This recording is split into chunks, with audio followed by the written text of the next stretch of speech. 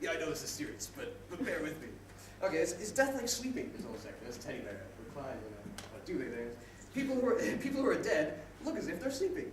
But dying is nothing at all like sleep. Further on, when someone dies, their body stops working. It's not resting. His job is over. Another one which is corporal punishment apparently appears in this. Looking at this smarting ass there. And it says, no one dies because God is angry with them. So, yeah, it lies to children too. Where do dead people go? Do people die because they're unhappy? Apparently no one commits suicide, by the way. Will I ever see the person who has died again? When someone dies, they do not come back to life again. At least if you buried them at a crossroads, I suppose. Anti-zombie shit. Grown-ups are big and strong. Why do grown-ups die before they get old? Being big and strong doesn't always help. No safety yards or avenues of escape are offered to the child, so it's pretty hardcore. And back into the text where I have to find myself. But no, on a serious note, on a truly serious note, away from all the ways we attempt to sanitize death in our society, the ways we repress ugly facts, I think dead grandparents should be used to add realism to Vietnam movies. And that their empty vessels that they leave behind the world can achieve a dignity by strengthening the appeal of a sadly waning genre. You know, that or it would be a crime against human decency. But you know, there's no human decency in Nam. Anyway, speaking of multi-kills, after a rally, I occupied a university with about 30 other folk 3 days ago. They're having a meeting just down the hall, in fact, to discuss what to do next after that great triumph. It's a great word, occupy, by the way. It sounds so very German. This is part of the National Day of Action.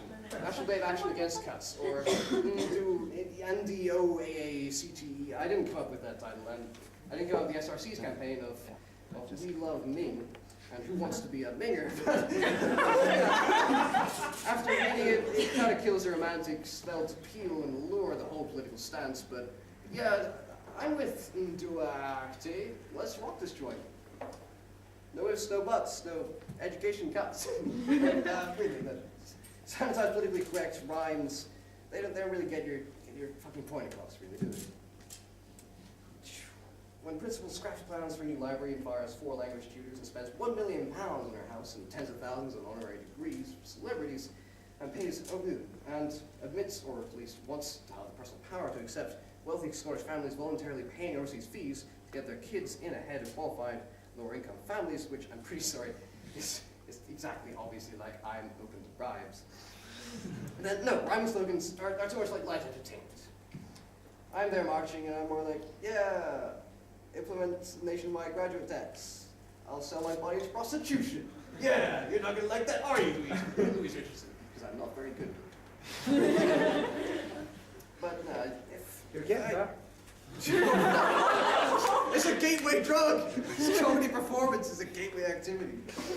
But no, if I had any chance of Walgreens, I wouldn't go for Nduakte.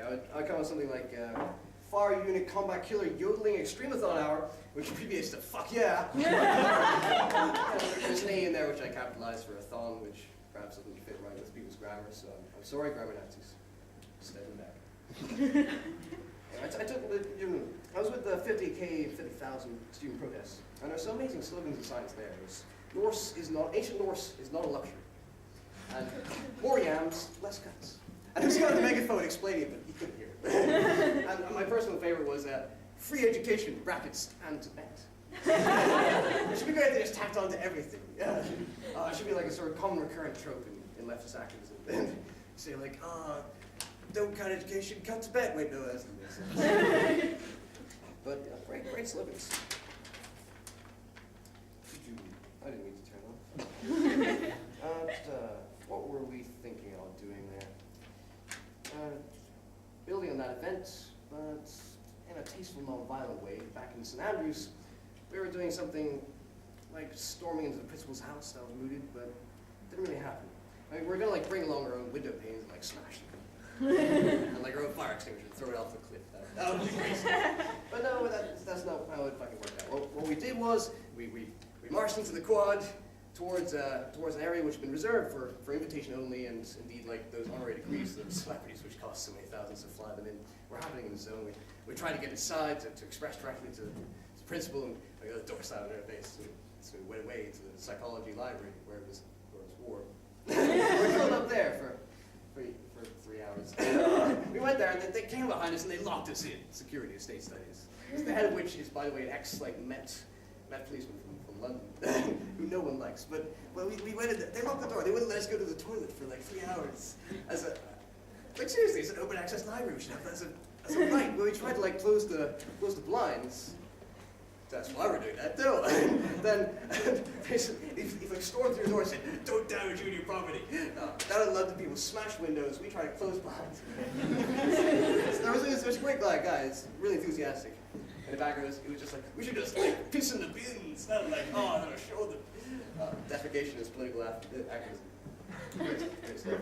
But no, while students were throwing missiles at riot cops, we were throwing this 3-hour meeting. Seriously though, I do believe in this shit. And you see Vince Cable up there on the TV, the elevated TV, and he's saying things like, charging young people for their tuition with a debt that lasts them well into middle age is progressive, don't you think? And we're like, no, fuck no!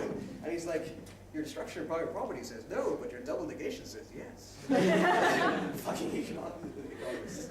But he just come out saying that I'll abstain from voting for tuition fee increases to £9,000.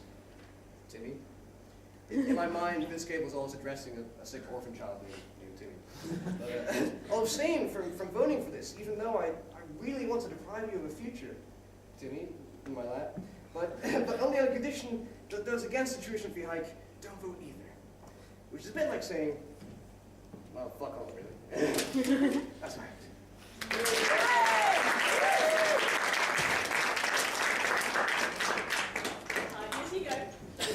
Recycling! Yeah. Next up.